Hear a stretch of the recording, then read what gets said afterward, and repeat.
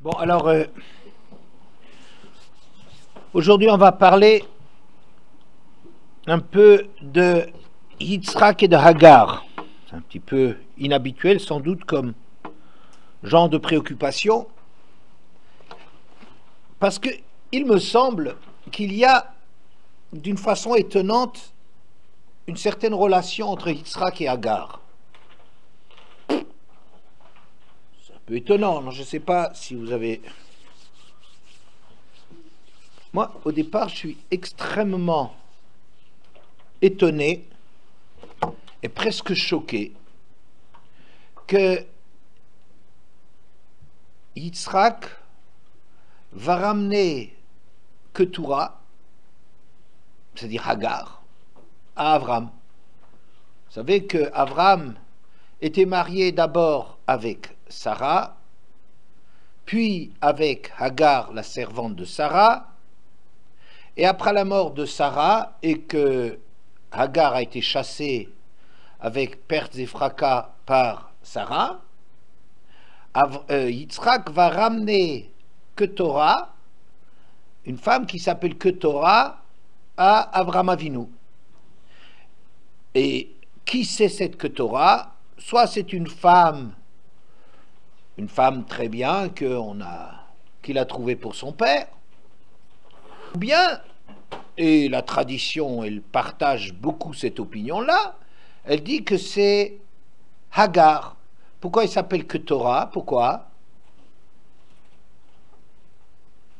Parce que Shayu Maasea que Ktoret, parce elle avait fait tchouva, elle avait des actions formidables comme la Ktoret, un encens.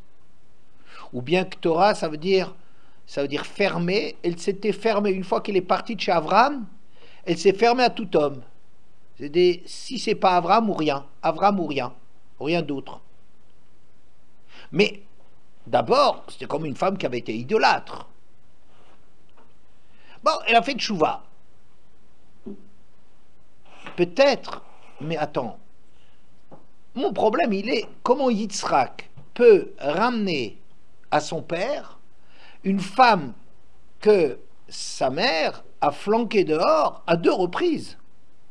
Quand Hagar est tombée enceinte, Vatekal Gvirta Beenea, elle a commencé à déconsidérer sa maîtresse et dire ouais, cette Sarah, ça a l'air d'une grande sadéquette, en vérité c'est une grenouille de bénitier, ça veut dire ça a l'air très cachère à l'extérieur et c'est imbuvable à l'intérieur.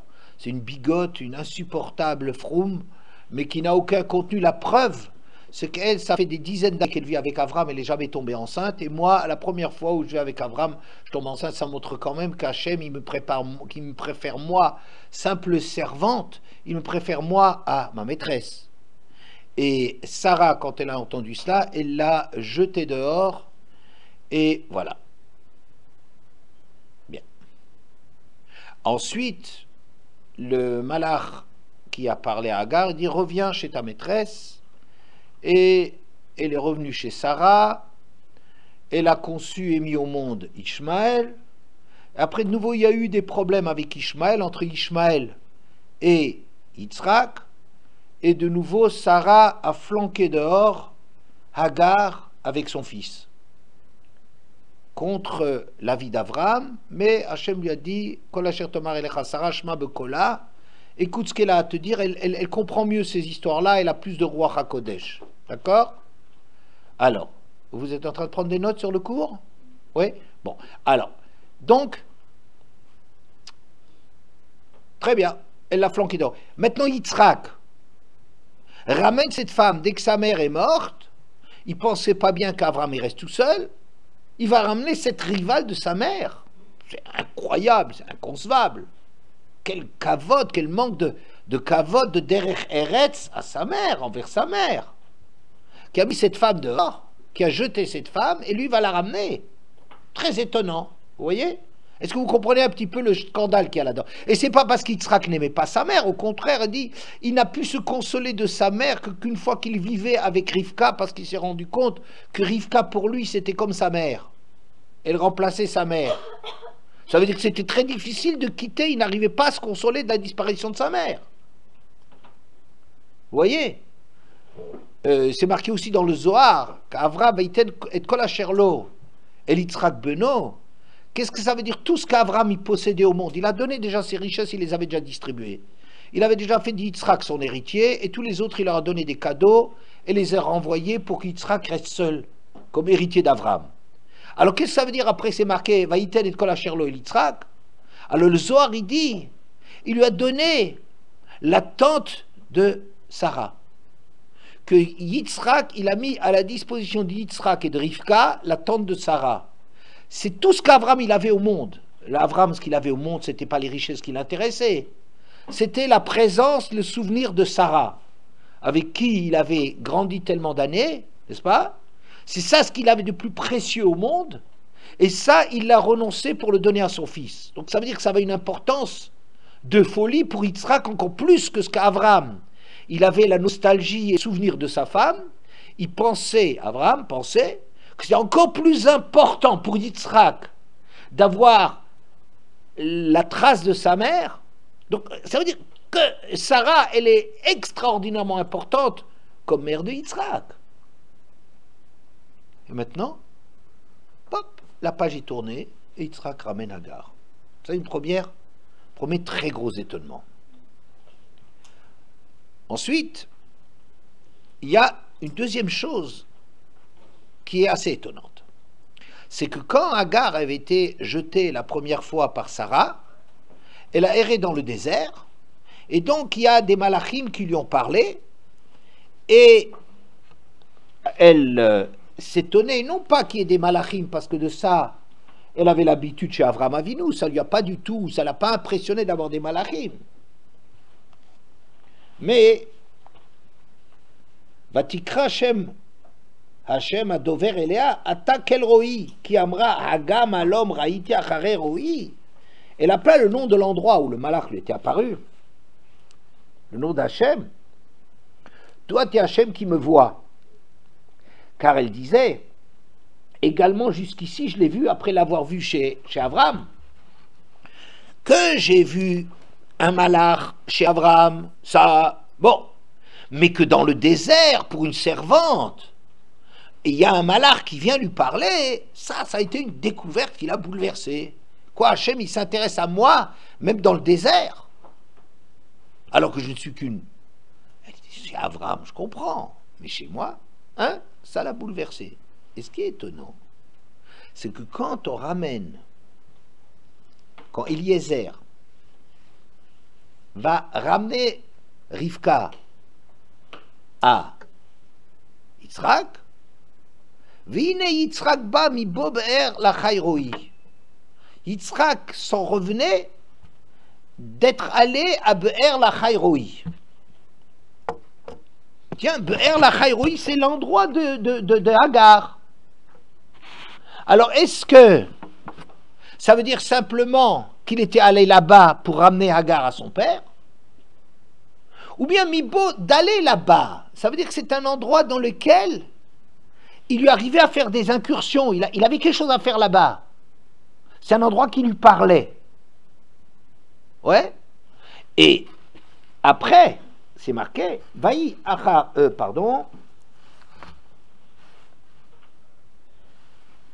le Perek Kaf Chet, le Pasuk Café, mal imprimé, Café Pasuk Yudale, Vayachare Mot Avraham, Vayivarech Elokim et Yitzhak, Beno, Vayeshev Yitzhak im Be'er lachai roi. Après la mort d'Avraham, Yitzhak s'est carrément installé à Be'er lachai roi, à cet endroit. Il attendait pas, il n'espérait pas, bien évidemment. Mais du vivant de son père, il était en général chez son père et de temps en temps, il allait là-bas à ce Be'er lachai roi qui lui parlait. Hein? Mais après la mort d'Avram, alors carrément, Avram, il s'est installé là-bas. Qu'est-ce que cet endroit de Hagar, il l'inspirait tellement. Bon, disons, Hagar, là où elle pouvait arriver, mais je dirais, c'est même pas le début du cours élémentaire de Yitzhak. Yitzhak est un tellement grand homme qui a été élevé par Avram et Sarah, il était tellement grand. Qu'est-ce que ça l'inspirait, cet endroit de la servante? Et une troisième chose, que j'ai découvert, c'est que Hagar, combien ça vaut en valeur numérique?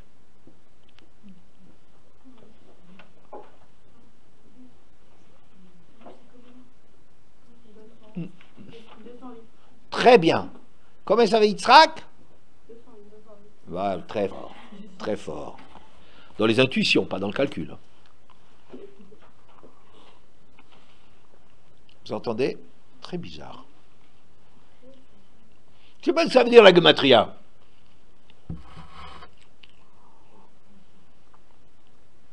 Mais au moins, ça fait le pont. C'est étonnant que la valeur numérique de Hagar corresponde à celle d'Yitzhak. Ou l'inverse, puisqu'elle était... Donc il y a trois choses que l'on note quand on veut faire un pont entre les deux, quand on veut intituler le cours Yitzhak et Hagar. Eh bien oui, pourquoi je parle de Yitzhak et Hagar? C'est quand même un couple qui est, c'est peut-être pas tout à fait un couple, mais c'est une relation, si tu veux, entre deux personnes qui est très inattendue. Parce qu'il y a quelque chose de très étonnant que Yitzhak ramène à la maison après la mort de sa mère, quelqu'un pour succéder à sa mère, même s'il ne va pas tout à fait succéder à sa mère. Abraham ne mettra jamais que Torah dans la tente de Sarah. D'ailleurs, la tente de Sarah, il l'a donnée à Yitzhak, n'est-ce pas? Mais quand même, je veux dire, pour occuper la maison, maintenant, qui c'est la maîtresse de maison? Hagar. C'est très étonnant qu'il fasse ça à sa mère, n'est-ce pas? Deuxièmement, on voit que Yitzhak est très inspiré par cette histoire de Hagar qui découvre Hachem dans le désert. Hagam alom raïti achareroi. Même jusqu'ici, je peux voir une vision d'Hachem qui me parle après l'avoir vu chez Abraham. Et troisièmement, on découvre que la gematria des deux, comme s'il y a quelque chose de commun aux deux, et c'est ça ce qu'on va essayer de comprendre. Alors pour le comprendre, on va faire un grand détour,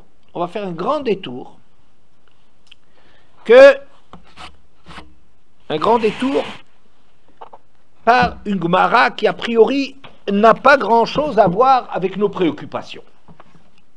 Il y a une Gemara dans Yevamot, Samerbet, Amoudbet, alors la fin de 62b, une Gemara qui dit la chose suivante.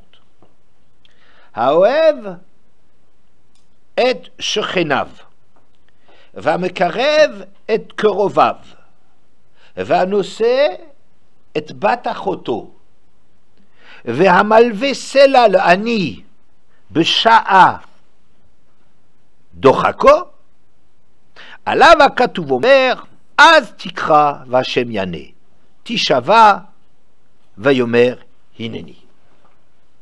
Celui, alors on va traduire, האוהב את שכניו, ça veut dire, plus fort, האוהב את שכניו, qui aime ses voisins. Va me karev et kerovav, qui rapproche ses proches. Va nosé et batachoto, qui quoi? Nosé, pas sonné.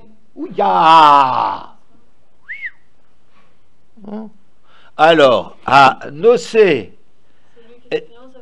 qui se marie, Nisouin, c'est le mariage, qui se marie, qui prend comme femme la fille de sa sœur, va malver Sela le Ani Beshat Dochako, et qui prête un Sela à un pauvre, Beshat Dochako, dans un moment de besoin. D'accord?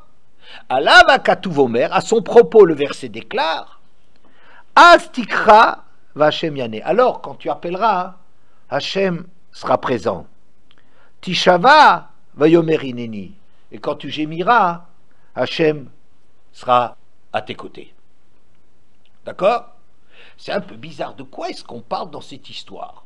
Celui qui aime ses voisins, qui rapproche sa famille, qui se marie avec la fille de sa sœur, et qui prête à un pauvre dans un moment de besoin, Hachem alors lui répondra quand il l'appellera. Qu'est-ce que ça veut dire? Dit le Maharal, qu'Hachem lui répondra de qu'est-ce que ça a à faire l'un avec l'autre. D'accord? Bien. Juste, Rashi fait la remarque suivante. Qu'est-ce que ça veut dire celui qui épouse la fille de sa sœur? On ne dit pas celui qui épouse sa nièce, celui qui épouse la fille de son frère, mais celui qui épouse la fille de sa sœur. N'est-ce pas? Rachid dit la chose suivante. Hanose batachoto gigoué adam rabim alachoto yoter min achiv umitoch kach nimtsa mechabev et ishto. Les gagouim, qu'est-ce que c'est les gagouim? La nostalgie, l'aspiration, ouais, l'affection qui nous appelle, l'appel de sa sœur est plus forte par rapport à sa sœur que par rapport à son frère. Un frère par rapport à sa sœur, il sent comme ça une proximité, une complicité qu'il n'a pas avec ses frères. Donc s'il épouse la fille de sa sœur, ça va faire qu'il va beaucoup aimer sa femme. Il prend une femme pour laquelle déjà a priori il a une attirance, parce que dans cette fille-là, il retrouve sa mère que la Torah lui interdit d'épouser. Oui, mais pas parce qu'elle lui est étrangère, mais parce qu'elle est trop proche. Mais parce que naturellement, un frère et une sœur, vous savez, c'est un peu des confidences, c'est des révélations. La fille, elle a un frère, alors, parce que la fille, elle a un peu peur du domaine des hommes. Et un homme, un garçon, il a un peu peur du domaine des filles. Ils ne savent pas très bien. Alors,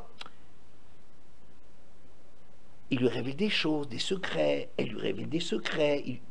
Oui, il commence à rentrer dans un monde étranger pour lui des femmes par sa sœur. Elle commence à rentrer dans un monde qui lui est étranger des hommes. Elle s'habitue un peu à ça par son frère. Oui, ça veut dire qu'ils ont des révélations. Megaler vata vetit galer tervato. Il lui révèle des choses qui sont secrètes, qui sont intimes. Comme ça, il y a une complicité et une entente extrêmement grande. Et donc, ça, un homme, un garçon, il a par rapport à sa sœur et pas par rapport à son frère. Donc s'il va épouser, il peut beaucoup aimer son frère, il peut faire des coups formidables, mais un frère, c'est quand même un peu, c'est un homme, un garçon comme lui. Alors si vous voulez, il n'y a pas cette confidentialité, cette proximité, cette confiance naturelle, n'est-ce pas? Il y a de la concurrence, de la rivalité, et puis aussi il y a une complicité de faire des coups ensemble, mais ça n'a rien à faire avec cette affection, cette gigoué Adam et la choto, cette aspiration vers sa sœur. Il aime naturellement sa sœur. Donc s'il épouse sa fille, eh bien c'est une femme, quand on se marie, évidemment, c'est pour être proche avec sa femme, c'est pour faire un couple, pour faire un, n'est-ce pas? Mais il prend encore quelque chose de spécial qui l'aide à cela, qui pousse encore plus. C'est quoi? C'est prendre déjà une fille que très naturellement, il a déjà une affection fraternelle et paternelle envers elle, si vous voulez. Ouais? Donc il a quelque chose de spécial, de naturellement spécial envers un sentiment, une attraction vers la fille de sa sœur. Et donc c'est une recette pour réussir son mariage. D'accord? Si vous réfléchissez à ça, alors vous direz, tiens, les voisins, les proches, sa femme. Le pauvre, je ne comprends pas. On parlera tout à l'heure. Les proches, non, les voisins, aimer. Les proches, rapprocher. Sa femme, vous voyez qu'il y a un dénominateur commun. C'est quoi? Si vous regardez au moins ces trois-là, quel est le dénominateur commun?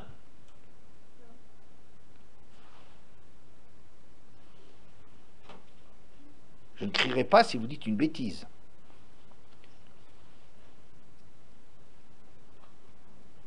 Les trois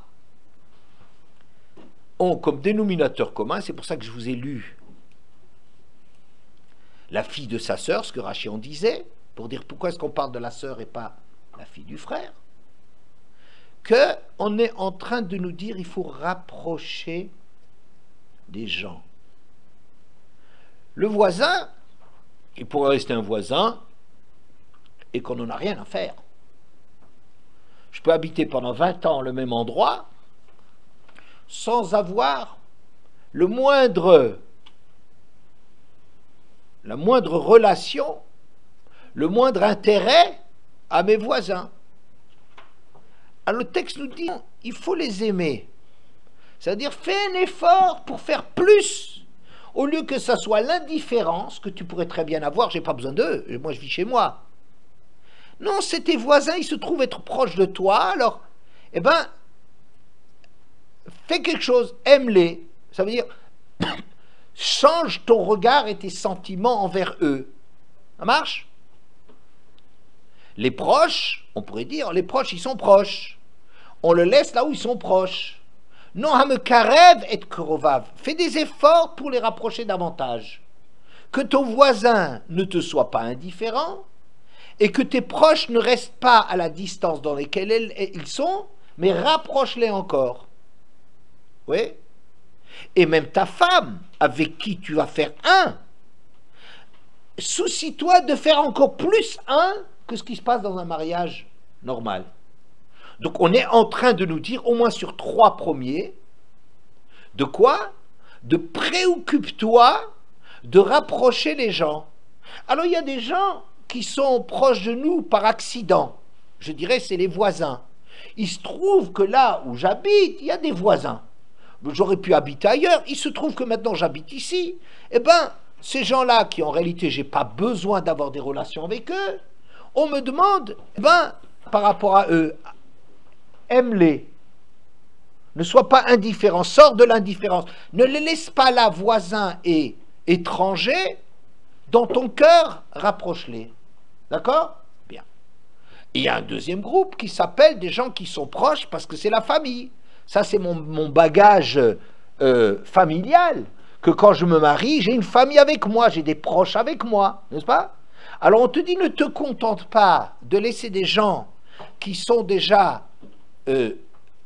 proches de toi au départ, ne les laisse pas à ces distances, fais encore des efforts pour les rapprocher davantage, et un souci de les rapprocher davantage, n'est-ce pas? Ensuite, ma femme, c'est encore beaucoup plus proche, ça c'est, je dirais, une proximité par rapport à moi-même. Moi qui vais récupérer une partie de moi dans le mariage, je vais faire un avec ma femme, donc je récupère avec ma femme quelque chose qui me manque, et je construis un couple. Eh bien, dans ce couple que je dois construire, eh bien, je vais faire en sorte d'essayer qu'il soit encore plus que ce qui serait normal d'atteindre comme un couple normal, mais de faire quelque chose que naturellement, je développe déjà un sentiment naturel, ça va encore beaucoup m'aider pour faire encore plus un avec ma femme. D'accord? Donc on voit qu'il y a un souci ici de rapprocher. Même le pauvre, on peut dire, quelque part lui prêter en cas de besoin, c'est aussi de le passer à l'extérieur, mais ça on reviendra. Donc, on pourrait dire que, et c'est le Maharal dit, qu'en vérité, il y a 4 directions autour de l'homme, la gauche, la droite, devant, derrière. Et c'est pour ça qu'il y a 4 éléments ici. Rapprocher le voisin, rapprocher le proche, rapprocher sa femme, rapprocher le pauvre. Hein? Donc on dira que quoi? On dira que Hachem aussi, lui, quand tu appelleras, Hachem sera proche de toi. Vous, Yann, il te répond. Il dira, je suis présent. Pourquoi? Parce qu'Hachem, son souci, si vous voulez, dans le monde, c'est que quand il crée le monde, on a l'impression que toutes les choses, elles sont éclatées, sont distantes. La matière, ça éloigne les gens. La distance, ça éloigne les gens. Oui, le fait de fonctionner dans un autre endroit, avec un autre contexte, ça éloigne les gens. Et Hachem, qui a créé tout ça, c'est comme s'il y a quelque chose qui réunit les choses qui semblent disparates et éloignées les unes des autres. D'accord? Donc on dirait, c'est dans la nature d'Hachem, qui est un, et qui est le point commun, l'origine de tout, que si quelqu'un, il agit dans ce sens aussi, eh bien, il agit un peu, où on va dire Mida que Neged Mida. Si tu te préoccupes de rapprocher des choses qu'il convient de rapprocher, moi aussi, Hachem, je te rapprocherai, je serai proche de toi. C'est normal. Pourquoi? Parce que Karov Hachem, le Chol Karav, le Chol Hashekru Bemet, Hachem, il est proche. Ou bien, Mik Hachem Elokeinu B'chol Korenu Olav. Qui est comme notre Dieu quand on l'appelle, qu'il est Karov?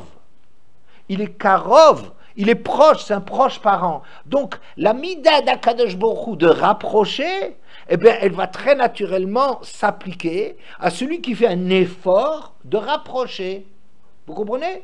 Donc, c'est ça ce qu'on dira, dit le Maharal, que Hachem va rapprocher, il est proche de ceux qui rapprochent. Hein? On pourrait dire peut-être les choses, pas seulement mida que neged mida, mais de dire que quelqu'un qui a un souci de ne pas laisser les choses éclater et distantes, mais qu'il faut les rapprocher, hein? Eh bien, quelqu'un qui a ce souci, il a quelque part une dimension d'Akadosh Baruch Hu. Hachem, il est proche de lui, pas dans le sens seulement de dire que quand il va pleurer ou prier, Hachem va se soucier de lui, parce que lui aussi s'est soucié de rapprocher, donc Hachem aussi se rapproche. Mais peut-être de dire que ce souci de trouver qu'on est commun et qu'on est proche, ce souci-là, c'est un souci qu'Hachem il a dans sa bria. Hachem il a créé un monde où, par la création, il a éloigné les choses, et bien maintenant Hachem veut les rapprocher, parce que c'est lui qui les rapproche, qui est l'origine, et donc on agit dans le sens d'Hachem. N'est-ce pas? Bien. Et toutes ces choses-là, maintenant on va passer à une autre difficulté. Maintenant on a un peu compris que comme il y a 4 proximités, 4 directions, sans rentrer dans le détail que je ne comprends pas, mais dire ces 4 choses qui sont détaillées ici, c'est comme de tous les côtés on rapproche. Le voisin, on rapproche les proches, on rapproche sa femme, on rapproche le pauvre. N'est-ce pas? Bon, mais maintenant on va réfléchir un peu. Le Maharal il continue en disant comme ça. Tu vois que le voisin, on ne le rapproche pas tant que ça. On lui dit simplement aime-le. Ça veut dire simplement modifie ton regard, modifie ton sentiment par rapport à lui. On ne te demande pas de le rapprocher. On ne te demande pas de faire des choses pour le rapprocher, mais soit aime-le. Aime-le, ça veut dire le regard que tu as sur lui, au lieu de le laisser indifférent et éloigné, sache que ton voisin, c'est quelqu'un qui a une certaine proximité avec toi. À ce niveau-là, c'est simplement, on modifie le regard d'indifférence qu'on pourrait avoir avec un voisin, dit, t'es pas indifférent. D'accord? Bien. Un proche, là-dedans, tu le rapproches. Alors, on comprend que ça c'est beaucoup mieux. T'en fais plus. Pour quelqu'un qui est vraiment proche, pas comme un voisin qui a un accident, mais c'est un proche, celui-là, je vais le rapprocher. Mais je fais des actions pour. Pour la femme, encore plus, parce que je vais l'épouser. C'est pas seulement la rapprocher, je vais en faire une partie de moi. Donc là aussi, je vais travailler pour rapprocher encore plus ce qui doit être rapproché. Alors le problème, un peu, ça va être le pauvre. Qu'est-ce que le pauvre, il vient faire dans cette galère? Le pauvre, mais qu'est-ce que c'est quoi le pauvre? Si moi je devais classer le pauvre, je vous aurais dit franchement que c'est le plus lointain que de tous. Le voisin, encore, il est proche par moi, mais c'est un accident. Un proche parent, il est proche de moi par le fait qu'on est de la même famille. C'est une réalité, de ma réalité à moi. Ma femme, c'est quelque chose que je rends la chose la plus proche que je dois rendre de moi. Alors je peux dire que là-dedans, c'est normal de travailler dans cette direction. Mais un voisin, or, dit le Maharal, le pauvre, plutôt, c'est celui que je dois le plus rapprocher. Puisqu'il dit, il faut même donner de l'argent pour lui. Il faut lui prêter de l'argent que tu n'es pas sûr de récupérer, il est proche. Hein? Donc même dépenser de l'argent, tu fais encore plus grand effort pour le pauvre. Alors je dis, je ne comprends pas, parce que si j'avais à les classer, je dirais, tu sais, un pauvre, mais indifférent, ça veut dire, mais vraiment, presque je le rejette quelque part, je dis, un pauvre, il n'a qu'à travailler, zut, qu'il fasse comme moi j'ai gagné ma vie, qu'est-ce qui vient ici, schnorren? Qu'est-ce qui tend la main vers moi? Oh ben il n'a qu'à travailler, qu'il se débrouille dans la vie. Moi je me suis bien débrouillé, je me suis élevé tout seul.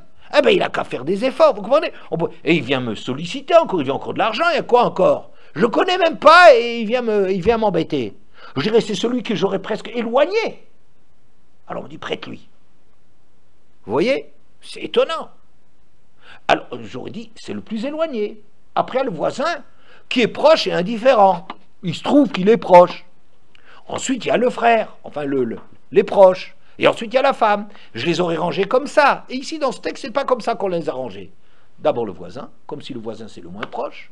Ensuite, les proches, parce qu'ils sont déjà plus proches. Ensuite, la femme, parce qu'elle est encore plus proche. Et ensuite, le pauvre, encore plus. Quoi? Le pauvre, il m'est plus proche que ma femme? Faut pas exagérer quand même. Vous voyez la difficulté du texte. Or, le Maharal, il dit bien que c'est une progression. Il dit, tu sais, le pauvre, c'est toujours marqué dans la Torah, et achira ani, ton frère le pauvre. Ton frère le pauvre. Oui, c'est gentil de dire, mais comme si la Torah considérait que ton frère, il est le pauvre. Hein? Que le pauvre est ton frère plutôt. Hein? Ah, je vais vous dire ce que moi j'en ai pensé de cette histoire-là. Pourquoi est-ce que le pauvre est plus proche de moi que les trois autres?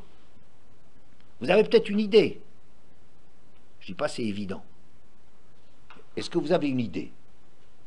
Comment est-ce qu'on peut dire que le pauvre, il est plus proche de moi que mon voisin, que mes proches et que ma femme? Moi, j'ai compris la chose comme ça. Un voisin, c'est vrai, il n'est pas très proche. Il faut le rapprocher. Mais c'est les circonstances de la vie qui fait qu'il est dans mon voisinage. Il ne faut pas en rester là. Il ne faut pas le regarder comme quelqu'un qui m'est indifférent. Il faut changer de sentiment et de regard envers lui. Très bien. Un proche, mais le voisin, je veux dire, il a quelque chose à faire avec moi. N'est-ce pas? Il a quoi à faire avec moi? Ben, qu'il se trouve qu'il est voisin, mais pas plus. Hein? Fait mieux. Un proche, c'est vrai qu'il est proche de moi, mais je dirais parce qu'un proche, eh ben, il est né dans la même famille que moi, on a le même mazal. Quand on est, ben, on a une famille, on vient au monde avec des frères, des sœurs, des parents, des cousins, de je ne sais pas trop quoi. Et donc, c'est les circonstances de ma vie, de moi, personnellement, qui font que j'ai tel et tel proche parent. Et chacun, il a sa famille, n'est-ce pas? Bien. La femme est très très proche, mais c'est une partie de moi, où je dois travailler à faire de la femme une partie de moi. C'est comme si l'homme, il récupère une partie de lui-même, et c'est ça le mariage à construire, n'est-ce pas? Mais tout ça, ça tourne autour de moi. Mais un pauvre, comment est-ce qu'il m'est proche?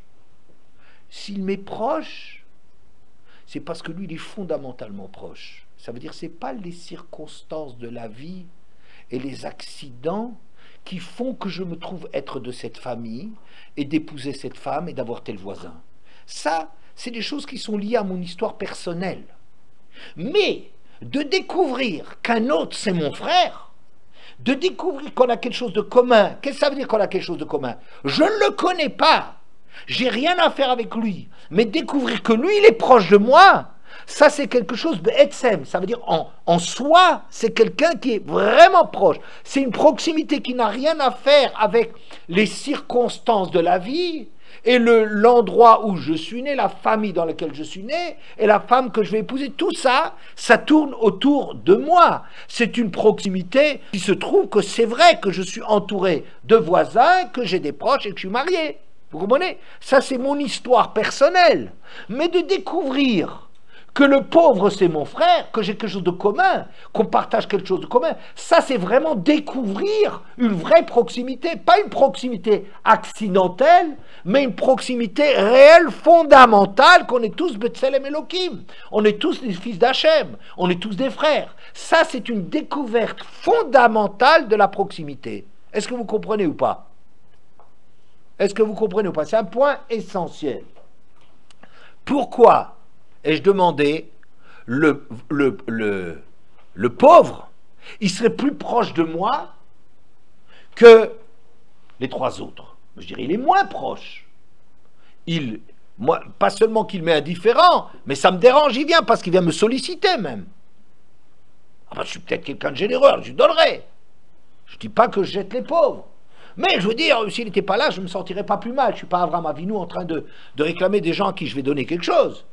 Pourquoi est-ce qu'on le qualifie de quelqu'un de plus proche que les autres? Parce que lui, se rendre compte que quelqu'un à côté de toi est dans la détresse, il a besoin de toi. Découvrir ça, c'est de découvrir qu'il est en soi qu'il est proche, pas à cause des accidents et de la vie. Est-ce que vous avez compris? Et c'est ça ce que je dis qu'on appelle à malver. Malver, c'est levaya, c'est prêter. Halva'a, c'est un prêt. Mais c'est le même terme que levaya. Le terme de levaya, ça veut dire quoi? Levaya. C'est la levée. Hein? Levaya, La levée? accompagner. Non, tu confonds avec la levée du corps aura lieu.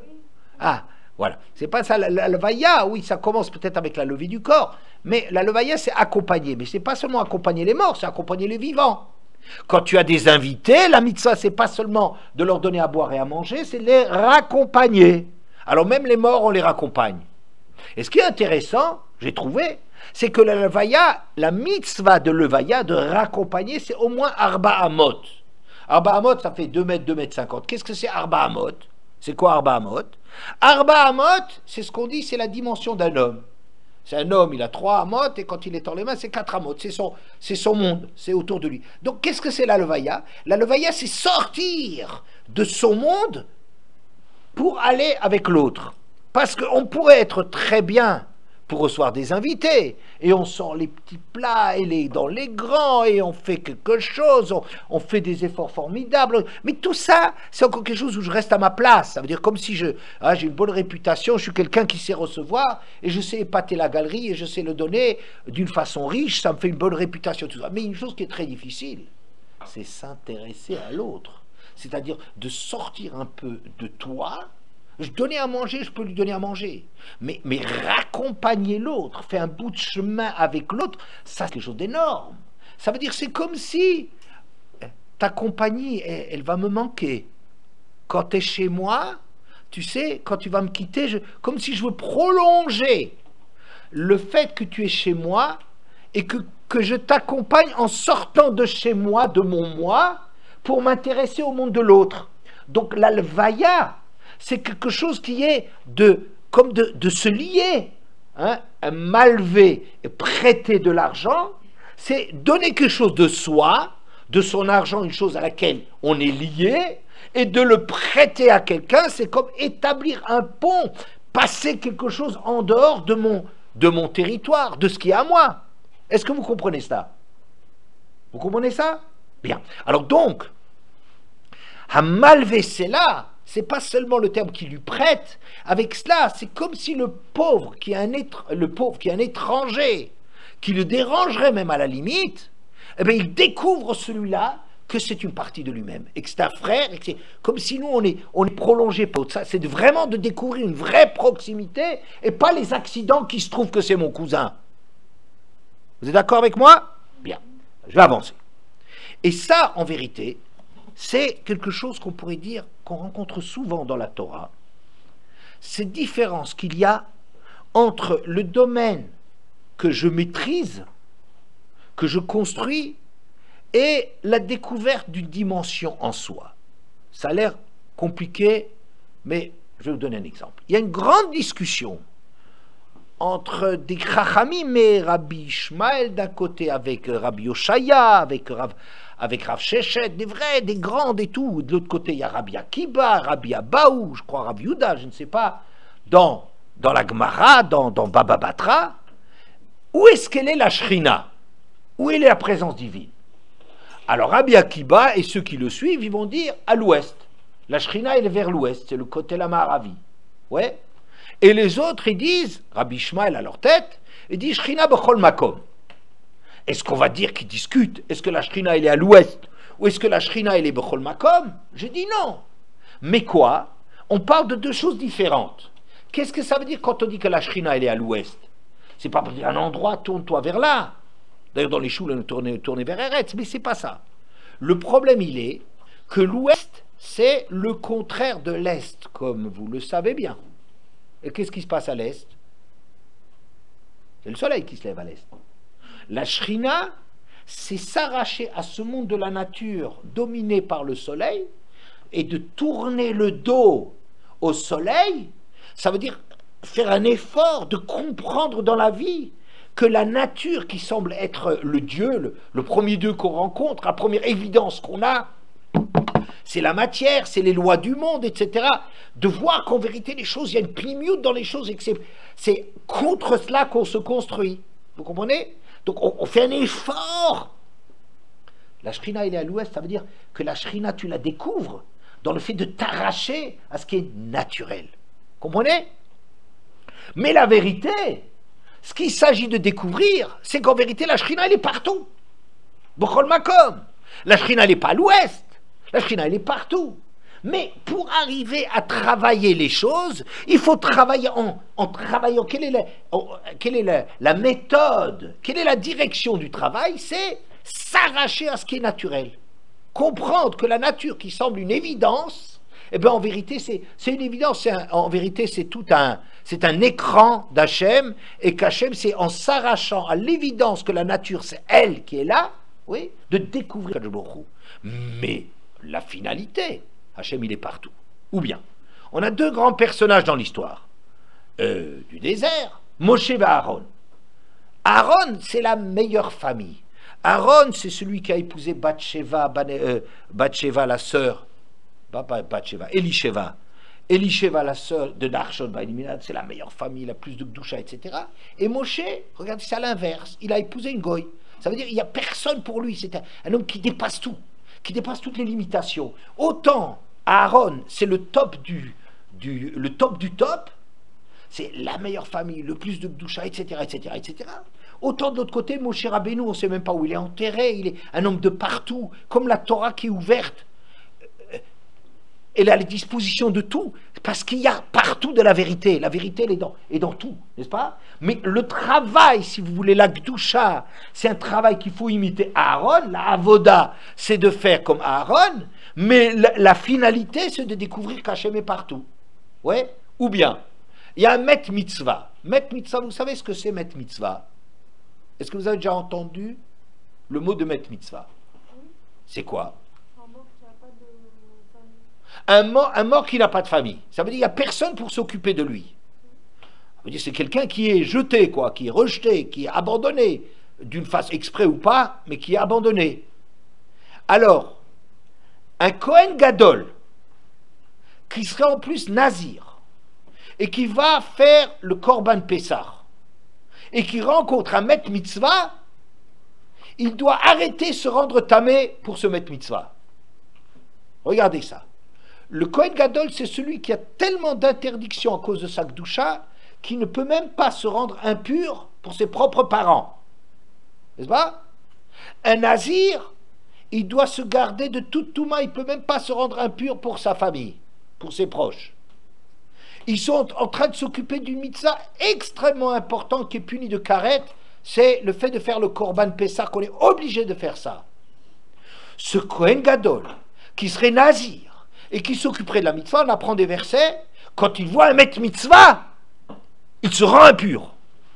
C'est fou. Un type que personne connaît, qui a personne pour s'occuper de lui. Toi, Kohen Gadol, Nazir, Korban Pessah, tu fais passer tout ça de côté pour te... Ça veut dire quoi? Ça veut dire qu'en réalité, si on disait que le Kohen Gadol à ce moment, il passe à côté, en faisant semblant de ne pas le remarquer, ou bien... Ça voudrait dire comme si la préoccupation de construire la Gdusha dans le klal, c'est un truc un peu qui ronronne, qui est un truc pour soi. Si la Torah, elle se préoccupe de faire fonctionner de la Torah. Mais si on te dit, tu sais, quelqu'un qui a personne pour s'occuper de lui, c'est toi qui t'en occupes, même si tu es le plus grand. Et si tu te rends pas tamé pour tes parents, mais tu te rends tamé pour lui, ça veut dire qu'en vérité, tu découvres que l'autre, c'était l'être, que le but de la Torah, c'est l'être humain. Et si un être humain, il n'a personne s'occuper de lui, c'est toi le proche. C'est toi qui t'en occupé. Vous voyez? Alors, bien qu'en vérité, le Kohen Gadol, il est très lisard, il fait très attention. Le Nazir fait très attention. La mitzvah, elle est très importante et tout ça. Mais tout ça, ça compte pas parce que sinon, ça serait une Torah qui serait enfermée sur elle-même pour se faire marcher avec ses... Vous voyez? Ben, il faut qu'on ouvre. Tu sais quoi? La Torah, c'est d'abord une Torah qui se préoccupe de quelqu'un qui a personne pour se préoccuper. Parce que ça s'occupe de l'humanité. Vous voyez? Eh ben, celui qui comprend ça, il peut après comprendre comment est-ce qu'on construit à l'intérieur de la Torah. Oui, il y a encore beaucoup de choses là-dedans. On a par exemple Caïn et Hevel. Caïn et Hevel. Caïn a apporté un korban. Qu'est-ce que c'était le korban de la mincha de Caïn? C'était quoi l'offrande? Est-ce que vous savez, Caïn? Hein? Zerapishan. De la graine de lin. C'est nul. Dites-moi. Toi, tu veux faire une offrande à Hachem avec un truc de nul? Je dis, mais tu reçois une claque. Et après, quand Hachem ne reçoit pas son cadeau, Caïn est en train de faire la tête. Il est déconfit, il s'écroule. Pourquoi? Avec des cochonneries que tu donnes, tu crois ça t'étonne que Hachem il n'en veuille pas? Hein? Qu'est-ce qu'il veut, Caïn? Vous savez ce qu'il veut, Caïn? Il pense que la plus grande chose qu'il y a à faire, c'est que même les choses qui semblent les plus éloignées d'Hachem, les plus négatives, les plus insignifiantes, même ces choses-là, il y a quelque chose, il faut les rapprocher d'Hachem. Ça a du sens. Tout ce qu'Hachem a créé, où est-ce qu'on voit la grandeur d'Hachem? C'est que même les choses qui semblent les moins significatives, les poisons, les trucs qui sont laids, les trucs qui sont moches, et tout ça, de dire que tout ça, ça sert, c'est le plus grand kiddush Hachem, c'est de montrer qu'il y a de la kdusha là-dedans. Vous comprenez?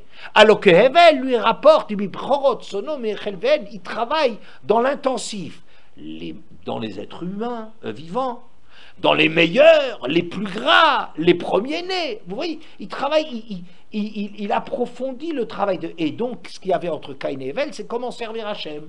Là, il va dire, sers Hachem par ton travail d'améliorer les choses, mais l'autre, il dit, ne perds pas de vue que ce qu'il faut, c'est ramener tout à Hachem, te trouver la plus grande qui... Voilà, d'accord? On revient maintenant à notre préoccupation du début. On peut s'étonner que Yitzhak, il aimait Esav. Vous savez, qu'est-ce qu'Esav il a que Yaakov il n'a pas? Yaakov, c'est quelqu'un qui est un tzaddik, qui étudie tout le temps, qui prie tout le temps. Yitzhak, il le voit tout le temps. Pourquoi est-ce que Yitzhak, il choisit Esav? Vous savez pourquoi? Parce qu'il y a quelque chose dans Esav qu'il a l'impression de ne pas rencontrer dans Yaakov. C'est que Yaakov, c'est le top du top du top.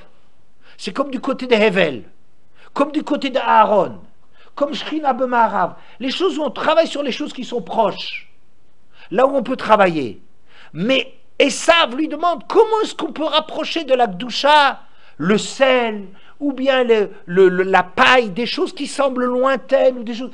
Lui, il a une préoccupation, au moins, c'est un rachat, alors il manipule son père avec ça, mais au moins, il veut l'intéresser à dire, regarde, le monde, il est tellement vaste, il y a tellement de choses, de richesses là-dedans, que c'est ça qui est la grandeur d'Hachem, c'est de la trouver dehors, pas de la trouver dans le limoud. Le trouver dans le limoud, c'est très bien, mais il y a une gdoucha qui est... Vous voyez, c'est une vieille marloquette, c'est une discussion entre Moshe et Aaron, mais les deux, ils travaillent dans la même direction, parce que les deux choses sont nécessaires. Chez Aaron, c'est Caïn et Hevel, c'est Esav et Yaakov, c'est une discussion dans toute la Torah, est-ce que Shekhinah dans de Chol Makom, ou là où on fait le travail, etc., etc.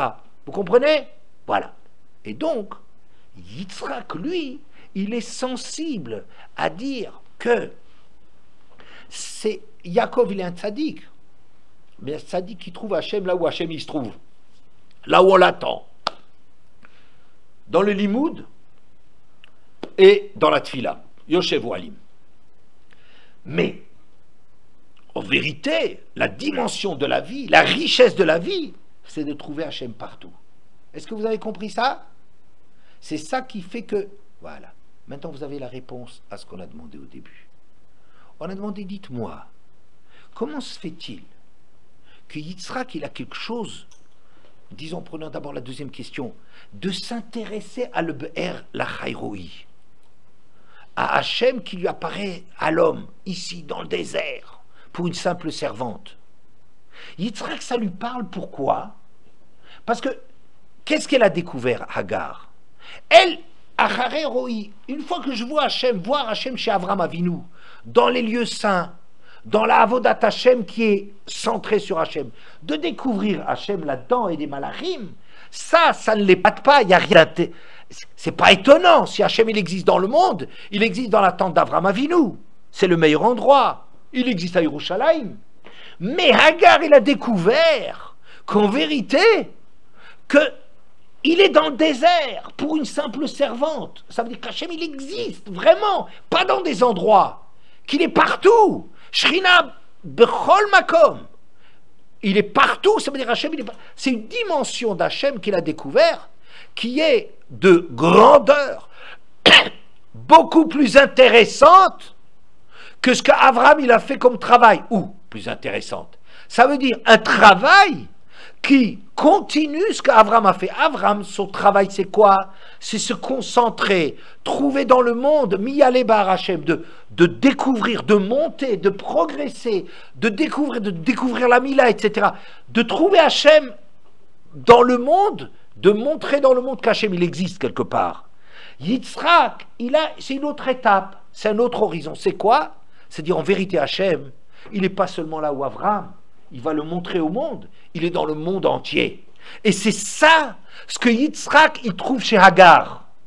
Quand on dit Yitzhak et Hagar, c'est la même gematria. Alors on dit, tiens, le hasard fait bien les choses. Oui? Non, c'est pas le hasard. C'est-à-dire qu'il y a quelque chose de commun entre Hagar, qui a découvert Hachem dans le désert pour une simple servante. Donc elle découvre Hachem, Shrina bechol makom. Ce qu'elle trouve, ça m'intéresse. C'est ce que Yitzhak qui fait, qu'il recherche, qu'il est plus intéressé à ce que Esav peut lui ramener de l'extérieur que ce que le travail spécifique et concentré de Hevel ou de Yaakov. Vous voyez? C'est ça ce qu'il trouve de commun avec elle. Alors pour répondre à la première question, comment se fait-il qu'il peut faire ça à sa mère? Comment il peut ramener cette femme qui a été jetée à 2 reprises par Sarah?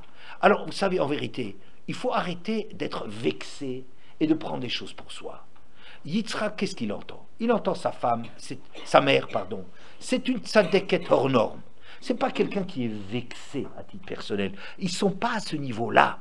Ils ont un niveau d'avodat Hashem. Et sa mère, elle serait d'accord qu'Avraham Avinu, toute sa vie, il a travaillé pour construire quelque chose de concentré, et que maintenant Avraham Avinu, il doit s'ouvrir à autre chose. Il doit s'ouvrir vers le monde entier. Maintenant qu'il a tellement réussi dans le domaine d'avoir montré qu'il y a Hachem dans le monde, mais maintenant il faut le montrer partout. Donc Yitzhak, il ramène Hagar à Avraham, parce qu'il pense qu'Avraham Avinu aussi doit passer à une étape. Il doit passer à une étape qui est d'élargir son champ. Et ça, c'est pas contre le kavod de sa mère. Yitzhak, il adore sa mère. Il n'a aimé personne autant que sa mère. Mais quoi? Mais il comprend que sa mère, c'est quelqu'un qui fait une avodat Hashem. Elle ne fait pas des choses par rapport à elle. Je suis vexé parce que ma servante... C'est pas ça qu'elle voulait faire, vous savez. Nous, on croit que Sarah était vexée parce que sa servante, elle l'a jetée. On croit ici. Mais c'est pas à ce niveau que ça se passe. C'est des gens pareils. C'est pas ça. Ça veut dire qu'il y a quelque chose de mauvais dans l'attitude de Hagar. Il y a une erreur fondamentale de croire que chez Hachem, il n'a pas donné de grossesse à Sarah. C'est croire qu'il est moins proche de Sarah qu'il est proche de Hagar. Alors c'est juste le contraire. C'est parce qu'Hachem il est proche de Sarah que les choses sont compliquées avec Sarah. Avec Hagar, les choses sont beaucoup plus simples. C'est pas étonnant. Mais elle comprend les choses de travers. Et c'est ça ce que Sarah ne supporte pas, qu'il faut qu'elle redresse. Vous comprenez? Mais Yitzhak, quand il ramène ça. En réalité, c'est un grand kavod qu'il fait à sa mère. C'est de comprendre que sa mère, elle comprendrait bien que c'est comme ça qu'il faut faire. Voilà, ça s'arrête là.